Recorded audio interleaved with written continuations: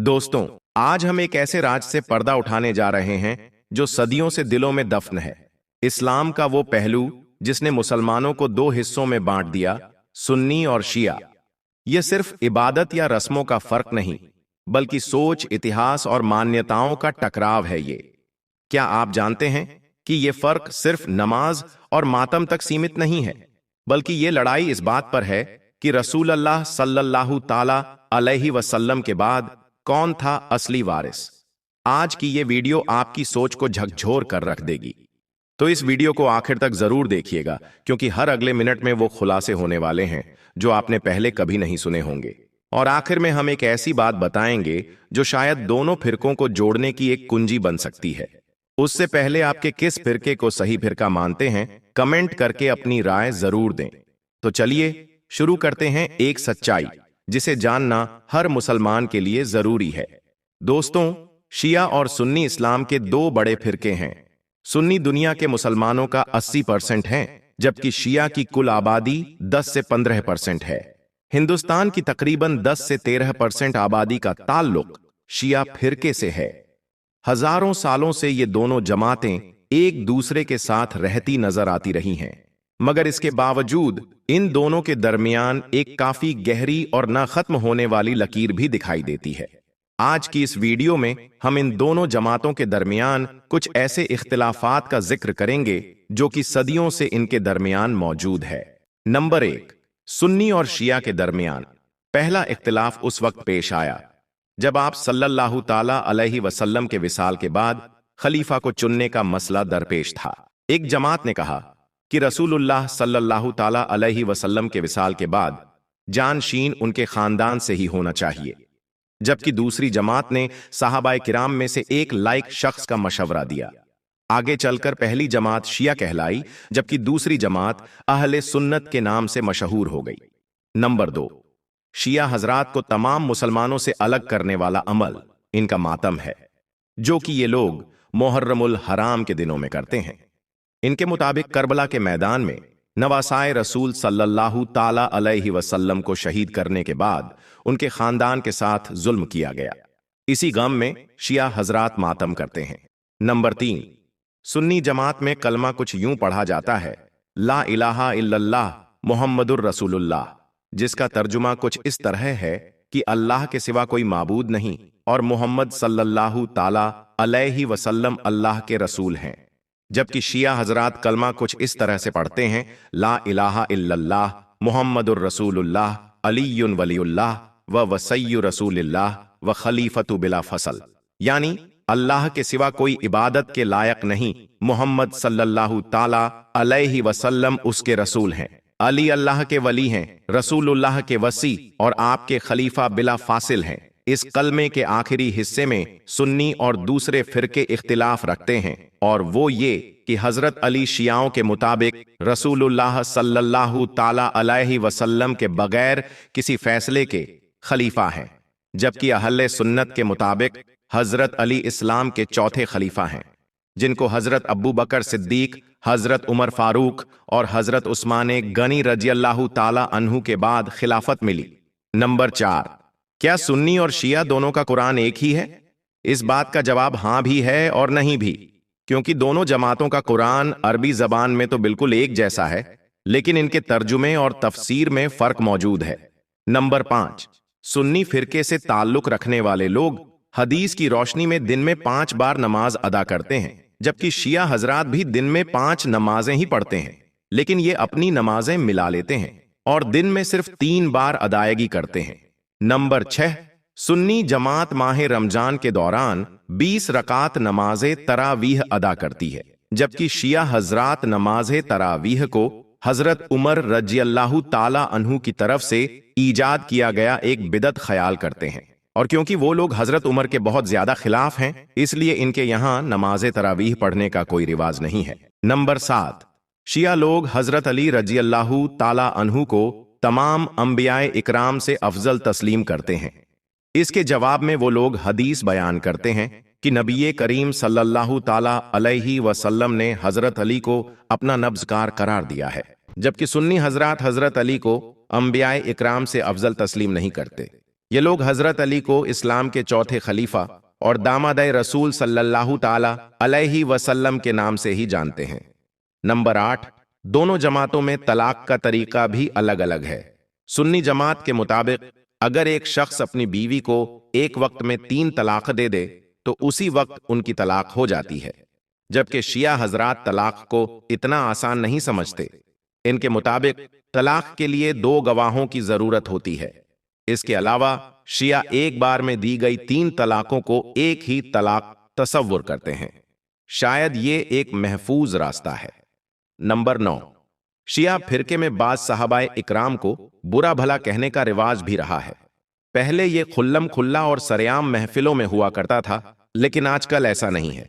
अब अगर शिया हजरात साहबाए इकराम को बुरा भला भी कहते हैं तो ये जाती तौर पर और सिर्फ जाती महफिलों में ही होता है। इसके बरक्स सुन्नी हजरात तमाम साहबाए इकराम का यकसान तौर पर एहतराम करते हैं। नंबर 10, दोनों फिरके कयामत के करीब हजरत इमाम मेहदी के ज़हूर पर भी यकीन रखते हैं, मगर शिया हजरात के मुताबिक हजरत इमाम मेहदी उनके 12वें इमाम हैं जो कि पैदा हो चुके हैं। वो किसी गुफा के अंदर पोशीदा हैं और कयामत के करीब वो लोगों के सामने जाहिर होंगे, जबकि सुन्नी फिरके के मुताबिक हजरत इमाम मेहदी अभी पैदा नहीं हुए हैं और उन्होंने आगे चलकर दुनिया के सामने जाहिर होना है। तो दोस्तों, यह वो 10 बातें हैं जो शिया और सुन्नी फिरके में अलग अलग पाई जाती हैं। दोस्तों, मुहर्रम का महीना आते ही दुनिया भर के मुसलमान जो अहले बैत से मोहब्बत करते हैं वो लंगर, नियाज, सबील और मजालिस का एहतमाम करने के साथ साथ जारो कतार रोके और गिरिया करके इमाम आली मकाम हुसैन अली अलैहिस्सलाम से मोहब्बत का इजहार करते हैं। इन खुशनसीब लोगों में पाकिस्तानी अदाकारों के साथ साथ इंडिया के अदाकार भी शामिल हैं। जी हां, आपने सही सुना। दोस्तों, आज के इस वीडियो में हम आपको इंडिया के उन 10 अदाकारों के बारे में बताने जा रहे हैं जो शिया हैं और मुहर्रम में लंगर नियाज करने के साथ साथ करबला ज़ियारत पर भी जाते हैं। नंबर 10, जावेद जाफरी। दोस्तों, जावेद जाफरी बॉलीवुड के मशहूर अदाकार, कॉमेडियन और डांसर हैं, जिन्होंने 80 की दहाई से अब तक बेशुमार सुपरहिट बॉलीवुड फिल्मों में काम किया है। इनकी पैदाइश 4 दिसंबर 1962 को मुंबई में हुई थी और इस वक्त इनकी उम्र 62 साल है। दोस्तों, जावेद जाफरी का पूरा नाम सैयद जावेद अहमद जाफरी है। आपने अक्सर इनको फिल्मों और शोज में कॉमेडी करते हुए देखा होगा, लेकिन हकीकी जिंदगी में यह बहुत अलग और अजीम शख्सियत के मालिक हैं। जावेद जाफरी एक शिया मुसलमान हैं जो इमाम आली मकाम हुसैन अलैहिस्सलाम से बेहद मोहब्बत करते हैं। हर साल मुहर्रम में लंगर, नियाज, सबील और मजालिस का एहतमाम करते हैं। करबला ज़ियारत पर भी जाते हैं। जुलूसों में मातम करते हुए भी इन्हें देखा जाता है और अक्सर औकात तकरीर में भी शोहदाए करबला से अपनी मोहब्बत का इजहार करते हैं। नंबर 9, अली असगर। दोस्तों, अली असगर इंडिया के एक मशहूर अदाकार और कॉमेडियन हैं, जिन्होंने बहुत सारे बॉलीवुड फिल्मों, ड्रामों और बेशुमार रियलिटी टीवी शोज में अपनी मज़ाहिया अदाकारी का मुजाहरा किया है। अली असगर का पूरा नाम सैयद अली असगर है। इनकी पैदाइश 7 दिसंबर 1970 को मुंबई में हुई थी और इस वक्त इनकी उम्र 55 साल है। दोस्तों, बॉलीवुड अदाकार अली असगर का ताल्लुक शिया मसलक से है, जिसका इजहार यह कई मर्तबा खुद कर चुके हैं। जबकि मुहर्रम का महीना आते ही यह और इनकी पूरी फैमिली लंगर, न्याज, सबील और मजालिस का एहतमाम भी करते हैं। अली असगर अपनी फिल्मी दुनिया से हटकर हकीकी जिंदगी में एक मोमिन जैसी जिंदगी बसर करते हैं और इमाम आली मकाम हुसैन अलैहिस्सलाम से बहुत प्यार करते हैं। नंबर 8, महेश भट्ट। दोस्तों, महेश भट्ट एक मशहूर इंडियन फिल्म डायरेक्टर, प्रोड्यूसर और स्क्रीन राइटर हैं, जिन्होंने 7 दहाई से अब तक काम किया है। तक बेशुमार बेहतरीन बॉलीवुड फिल्में बनाई हैं। महेश भट्ट की पैदाइश 20 सितंबर 1948 को मुंबई में एक ऐसे घराने में हुई जहां हिंदू और मुस्लिम दोनों मजहब पाए जाते थे। इनके वालिद एक हिंदू और इनकी वालिदा एक गुजराती मुस्लिम थी, जिनका ताल्लुक शिया मसलक से था। सन 1986 में महेश भट्ट ने सोनी राजदान नामी एक मुस्लिम खातून से शादी की, जिसकी वजह से इन्हें इस्लाम कबूल करना पड़ा। जिसके बाद काफी रिसर्च के बाद इन्होंने शिया फिरके का इंतखाब किया, जिसका एतराफ यह अपनी तकरीर और इंटरव्यूज में भी कर चुके हैं। इसके अलावा हर साल मुहर्रम में लंगर, नियाज, सबील और मजालिस का एहतमाम भी करते हैं। नंबर 7, इमरान हाशमी। दोस्तों, इमरान हाशमी बॉलीवुड के एक मशहूर अदाकार हैं जिन्होंने फुटपाथ, मर्डर, जहर और आवारापन जैसी हिट फिल्मों में काम किया है। इमरान हाशमी की पैदाइश 24 मार्च 1979 को मुंबई में एक हाशमी सैयद मुस्लिम घराने में हुई थी। इनका पूरा नाम सैयद इमरान अनवर हाशमी है और इस वक्त इनकी उम्र 46 साल है। इमरान हाशमी के परदादा का ताल्लुक इराक से था, जो 19वीं सदी में भारत शिफ्ट हो गए।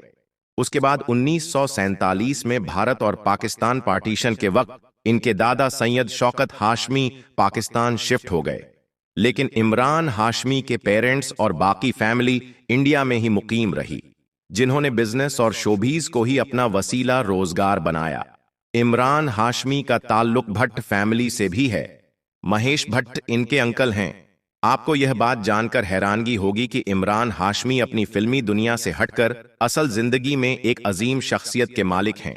ये एक हाफिज कुरान होने के साथ साथ एक मुहब्बे अहलेबत और शिया हैं, जिसका जिक्र इन्होंने कभी इस वजह से नहीं किया कि इनकी फिल्मी दुनिया पर कोई असर न पड़े। यह अपनी पर्सनल लाइफ को हमेशा प्राइवेट रखते हैं, लेकिन एक सराय के मुताबिक यह हर साल मुहर्रम में लंगर, नियाज, सबील और मजालिस का एहतमाम भी करते हैं। नंबर 6, जाहिद खान। दोस्तों, जाहिद खान बॉलीवुड के एक मशहूर अदाकार और प्रोड्यूसर हैं, जिन्होंने 2003 से 2018 तक बहुत सारी हिट फिल्मों में काम किया। जाहिद खान की पैदाइश 5 जुलाई है 1980 को मुंबई में एक शिया मुस्लिम घराने में हुई थी। इनके वालिद शाह अब्बास खान उर्फ संजय खान माजी के बॉलीवुड के अदाकार और डायरेक्टर थे, जबकि इनकी वालिदा जरीन खान पारसी फैमिली से ताल्लुक रखती थी। जाहिद खान के वालिद का ताल्लुक ईरान से था और वह शिया फिरके से ताल्लुक रखते थे। जाहिद खान का पूरा नाम जायद अब्बास खान है और यह अपने वालिद के नक्शे कदम पर चल रहे हैं और अपने वालिद की तरह शिया फिरके को ही फॉलो करते हैं। शोबीज से ताल्लुक रखने वाली ये फैमिली अहले बैत अलैहिस्सलाम को मानने वाली है और हर साल मुहर्रम में लंगर, नियाज और मजालिस का एहतमाम भी करते हैं। नंबर 5, शबाना आजमी। दोस्तों, शबाना आजमी भारत की एक मशहूर अदाकारा और सामाजिक कारकुन है, जिन्होंने 1974 से लेकर 2023 तक बेशुमार बॉलीवुड फिल्मों में काम किया है। 75 साला शबाना आजमी की पैदाइश 18 सितंबर 1950 को भारतीय शहर हैदराबाद में एक शिया मुस्लिम फैमिली में हुई थी। इनके वालिद कैफी आजमी एक शायर और इनकी वालिदा शौकत आजमी एक स्टेज अदाकारा थी। शबाना आजमी और इनकी पूरी फैमिली शिया फिरके को फॉलो करती है, जिसका एतराफ शबाना आजमी खुद कई मर्तबा कर चुकी हैं। शबाना आजमी हर साल मुहर्रम में लंगर, नियाज, सबील और मजालिस का एहतमाम करती हैं और जिक्र ए अहले बैत करके नेक अमल में अपना हिस्सा डालती है। नंबर 4, संजय दत्त। दोस्तों, संजय दत्त बॉलीवुड के मशहूर अदाकार, प्लेबैक सिंगर और फिल्म प्रोड्यूसर हैं, जिन्होंने सन 1981 से लेकर अब तक बेशुमार सुपरहिट फिल्मों में काम किया है। संजय दत्त की पैदाइश 29 जुलाई 1959 को मुंबई में सुनील दत्त और फातिमा राशिद उर्फ नरगिस के घर हुई थी, जिनका ताल्लुक हुसैनी ब्राह्मण कम्युनिटी से है। हुसैनी ब्राह्मण एक हिंदू कम्युनिटी है, लेकिन इनका अकीदा मुसलमानों में शियाओं की मानिंद है, यानी यह एक हिंदू शिया कम्युनिटी है। संजय दत्त का पूरा नाम संजय बलराज दत्त है और इस वक्त इनकी उम्र 65 साल है। आप यह बात जानकर हैरान हो जाएंगे कि संजय दत्त की परवरिश एक ऐसे घर में हुई जहां हिंदू और मुस्लिम दोनों मजहब पाए जाते थे। संजय दत्त अपने वालिद की तरह हुसैनी ब्राह्मण कम्युनिटी का हिस्सा हैं। रमजानुल मुबारक में रोजे रखना और मज़ारात पर जाना इनके लिए मामूल की बात है, लेकिन इससे भी बड़ी बात यह है कि संजय दत्त हिंदू शिया कम्युनिटी का हिस्सा हैं और हर साल मुहर्रम में लंगर, नियाज और सबील का एहतमाम भी करते हैं। नंबर 3, तब्बो। दोस्तों, तब्बो बॉलीवुड की मशहूर अदाकारा है जो सन 1985 से इस शोबे के साथ मुसलसल है। तब्बू का असली नाम तबस्सुम फातिमा हाशमी है और यह 4 नवंबर 1971 को भारतीय शहर हैदराबाद में एक मुस्लिम फैमिली में पैदा हुई। इनके वालिद जमाल हाशमी एक पाकिस्तानी अदाकार थे। तब्बू बॉलीवुड की माजी की खूबसूरत अदाकारा फराहनाज हाशमी की छोटी बहन, जबकि शबाना आजमी की भांजी हैं। तबस्सुम फातिमा हाशमी ने अपनी पहचान छुपाने के लिए एक छोटे से स्टेज नेम तब्बू का इंतखाब किया और कभी भी अपनी पर्सनल और रिलीजियस लाइफ का जिक्र तक नहीं किया।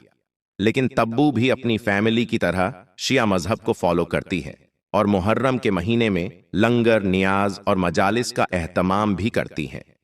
नंबर 2, फरानाज हाशमी।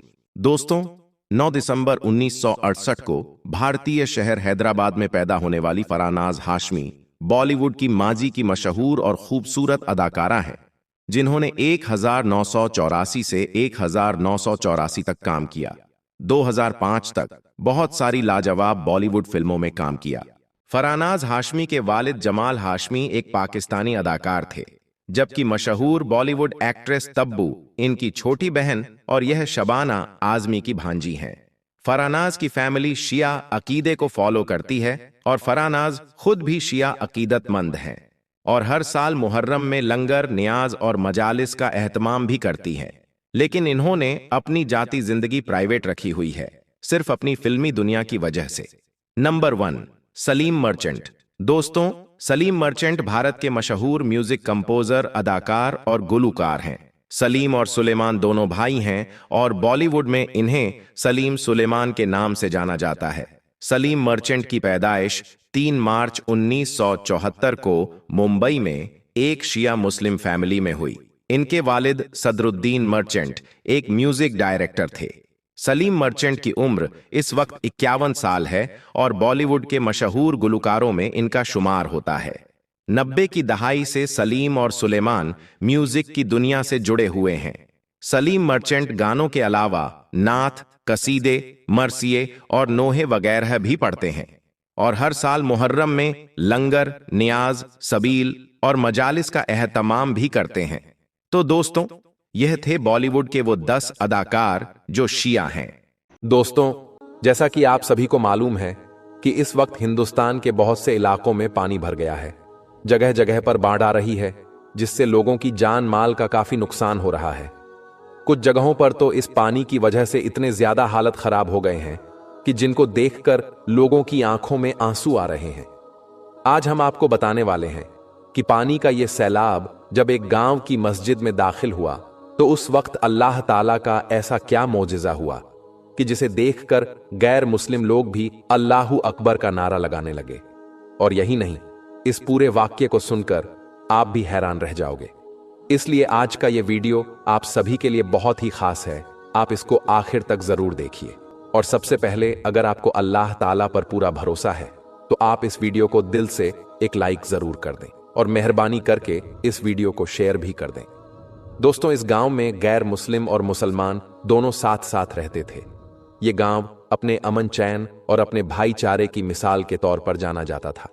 यहां पर लोग एक दूसरे के सुख दुख में बराबर के शरीक होते थे। इस गांव में अगर कभी किसी के घर में कोई खुशी होती तो दोनों धर्म के लोग मिलकर खुशियां मनाते थे, और अगर कभी किसी के घर में कोई दुख या मुसीबत आ जाती, कोई गम आ जाता, तो दोनों धर्म के लोग एक दूसरे के दुख में शामिल होते थे। इस गांव की एक खास बात यह थी कि यह पूरा का पूरा गांव बहुत खुशहाल था। यानी कि यह गांव कुदरती खूबसूरती और हरियाली से भरा हुआ था। अल्लाह ताला ने इनको तरह तरह की नियमतों से नवाज रखा था। इस गांव के ज्यादातर लोग करीब के शहरों में अपना कारोबार करते थे, लेकिन अब इस गांव में एक मसला यह बन गया कि जो सबके लिए परेशानी का बाइस बना हुआ था, और वो ये था कि इस गांव में पिछले 1 साल से बारिश नहीं हो रही थी, जिसकी वजह से गांव का हर आदमी परेशान नजर आने लगा था। क्योंकि इससे पहले लोग अपने खेतों में फसलें उगाया करते थे, जिससे हर तरफ हरियाली ही हरियाली का मंजर होता था। लेकिन अब बारिश ना होने की वजह से इनकी फसलें सूख चुकी थीं और ना ही दरख्तों में पहले जैसी रौनक बाकी रही थी। इस परेशानी के आलम में एक तरफ गैर मुस्लिम लोग ये समझने लगे थे कि शायद उनका भगवान उनसे नाराज हो चुका है, इस वजह से हमारे गांव में बारिश नहीं हो रही है। इसलिए गैर मुस्लिम लोग मंदिर में या अपने गिरजा घरों में जाकर अपने भगवान की पूजा करने लगे और हाथ जोड़कर अपने भगवान से बारिश बरसाने की प्रार्थना करने लगे। लेकिन बारिश का कोई भी नामो निशान नहीं था। और दूसरी तरफ मुसलमान भी ये सोचने लगे थे कि शायद अल्लाह ताला उनसे नाराज हो चुका है, इस वजह से बारिश नहीं हो रही है।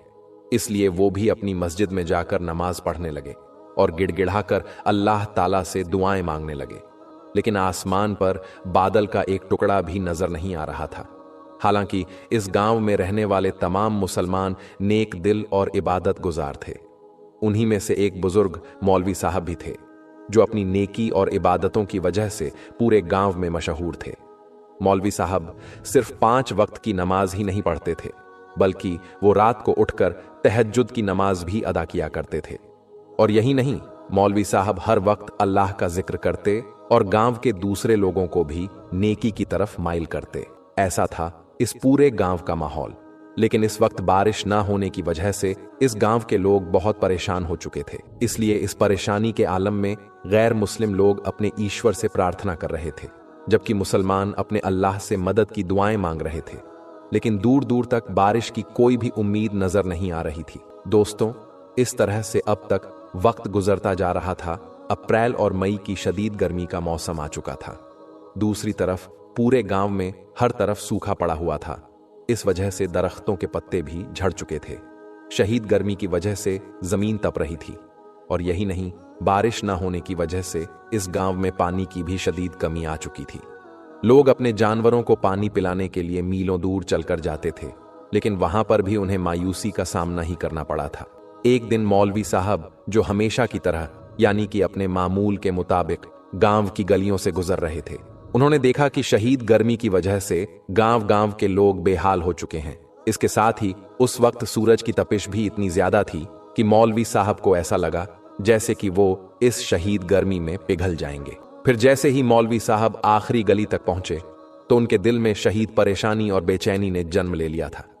इसलिए फिर परेशानी के आलम में उनकी जबान से बेख्तियार अल्फाज निकल गए कि या अल्लाह, हमारे गांव में इतनी बारिश बरसा कि पानी हमारे सीनों तक पहुंच जाए। प्यारे दोस्तों, मौलवी साहब ने यह बात बगैर सोचे समझे ऐसे ही कह दी थी। यानी कि इस परेशानी में उनके मुंह से इस तरह की दुआ ऐसे ही निकल गई थी। उनका मकसद सिर्फ इतना ही था कि किसी भी तरह से इस सख्त गर्मी से निजात मिल जाए और गांव में बरसात हो जाए। अब जिस गली से मौलवी साहब गुजर रहे थे, उसी गली के किनारे पर एक फकीर बैठा हुआ था, जिसने मौलवी साहब की बातों को सुन लिया था।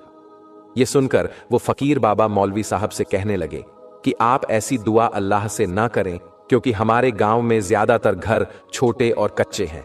अगर इतनी ज्यादा बारिश हमारे गांव में हो गई तो फिर हम कहां पर जाएंगे? हमारे मकान ढह जाएंगे। अब मौलवी साहब, जो कि गर्मी से तंग आए हुए थे, वो फकीर की इन बातों को सुनकर कुछ नाराज हो गए और कहने लगे कि ऐ फकीर बाबा, तुम कुछ ना कहो। एक तो यहां पर बारिश नहीं हो रही है और ऊपर से तुम्हें अपने घर की फिक्र लगी हुई है। इतना कहकर फिर मौलवी साहब उन्हीं कदमों से मस्जिद की तरफ चल पड़े। अब उनके जहन में बस यही बात थी कि कैसे भी हो बारिश हो जाए और इस गर्मी से राहत मिल जाए। मौलवी साहब को इस वक्त इस बात का बिल्कुल भी अंदाजा नहीं था कि अगर उनकी दुआ की कबूलियत हो गई तो फिर यहां पर इतनी जबरदस्त और खतरनाक बारिश हो सकती है कि फिर हमें संभलने तक का मौका भी नहीं मिलेगा। खैर, इसके बाद मौलवी साहब जैसे तैसे करके मस्जिद तक पहुंचे तो वो निढाल हो गए थे। उन्होंने मस्जिद में दाखिल होते ही अपनी नजरें आसमान की तरफ उठाई। उन्होंने देखा कि आसमान पर अचानक से घने और काले बादल छाने लगे थे। ये देखकर मौलवी साहब की आंखों में खुशी की चमक आ गई थी।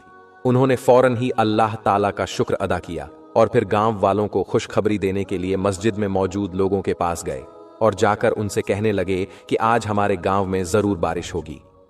अब गांव के लोग जो पहले ही बारिश के लिए तरस रहे थे, वो उन बादलों को देखकर बेहद खुश हो गए। इसलिए फिर गांव के सब लोग अपने अपने घरों में तैयारी करने लगे और नमाज पढ़ने के लिए मस्जिद में जमा होने लगे।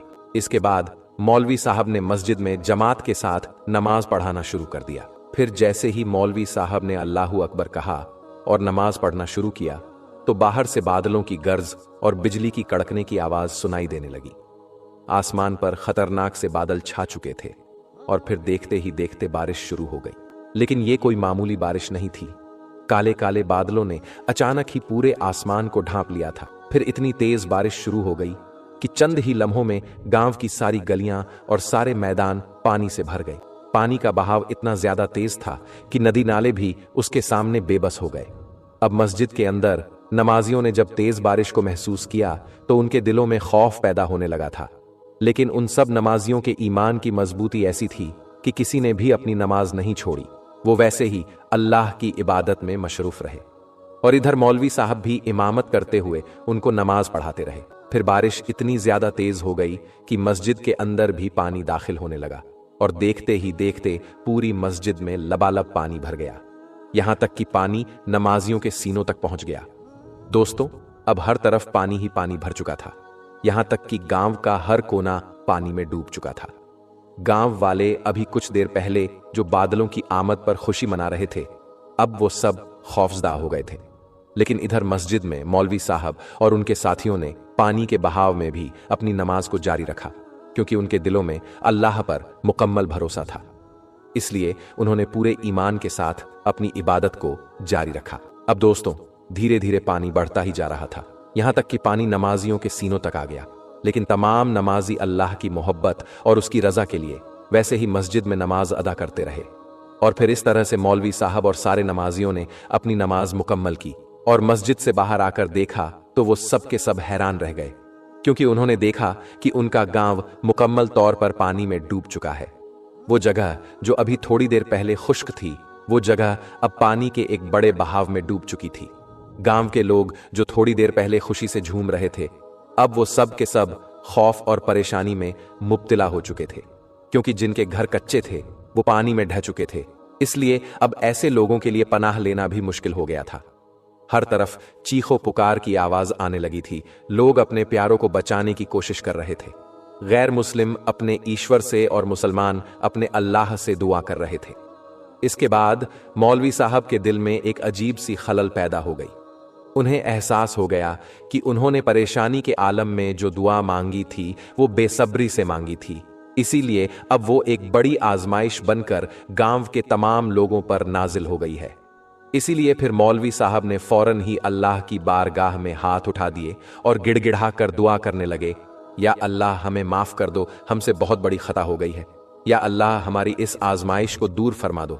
दोस्तों, इधर मौलवी साहब का दुआ मांगना था कि उधर बारिश फौरन ही कम होने लगी और फिर बादल आहिस्ता आहिस्ता हटने लगे और इतनी शदीद गर्मी बढ़ गई जैसी गर्मी पहले भी कभी नहीं देखी थी। गांव वाले हैरान हो गए और जितना भी पानी था वो सब कुछ सूख गया था, लेकिन नदी नाले भरे हुए थे। अब गांव के जो लोग खौफजदा थे, उन्होंने देखा कि अब बारिश का जोर टूट रहा है। ये देखकर गांव के तमाम लोग भी खुश हो गए। फिर जब पानी काफी हद तक कम हो गया, खुश्क हो गया, तो लोग अपने अपने घरों की तरफ वापस लौटने लगे। तो मौलवी साहब ने फिर गांव के लोगों को एक जगह पर इकट्ठा किया और फिर उन्होंने गांव के लोगों को अपनी मांगी गई दुआ के बारे में बताया और कहा कि देखो, अल्लाह की जात बहुत बड़ी मेहरबान है, अल्लाह बहुत बड़ा रहीम करीम है, लेकिन हमें अल्लाह की हिकमत को समझना बहुत जरूरी है। अगर हमारी मांगी गई दुआओं का दूसरों के लिए मुश्किलात का सबब बन जाना है तो वो हमारे लिए एक आजमाइश बन जाती है। इसके बाद मौलवी साहब ने सबको नसीहत ये फरमाई कि ऐ लोगों, हमें अल्लाह के बंदों का ख्याल जरूर रखना चाहिए और जब भी कभी मुसीबत में दुआ करें तो दूसरों की मुश्किलत का भी ध्यान रखना चाहिए। ऐ लोगों, हम चाहे कितने ही नेक क्यों ना हो, जब तक हम दूसरों की परेशानी का ख्याल नहीं रखेंगे तब तक हमारे इबादतों का कोई फायदा नहीं होगा। याद रखिए, अल्लाह को हमारे सजदों की नहीं बल्कि हमारे साफ दिलों की जरूरत है। ये बात सुनकर गांव वालों के दिलों में एक नई रोशनी पैदा हो गई। इसके बाद उन्होंने अल्लाह से माफी मांगी और अहद किया कि आज के बाद वो जब भी कभी अल्लाह से दुआ करेंगे तो वो दूसरों का ख्याल जरूर रखेंगे और अपने आमाल में सुधार करेंगे। दोस्तों, इस वाक्य के बाद इस गांव के लोगों ने अपने रब की रजा के लिए अपनी इबादतों को ना सिर्फ और बेहतर बनाया, बल्कि एक दूसरे की मदद और खिदमत को भी अपना मकसद बना लिया।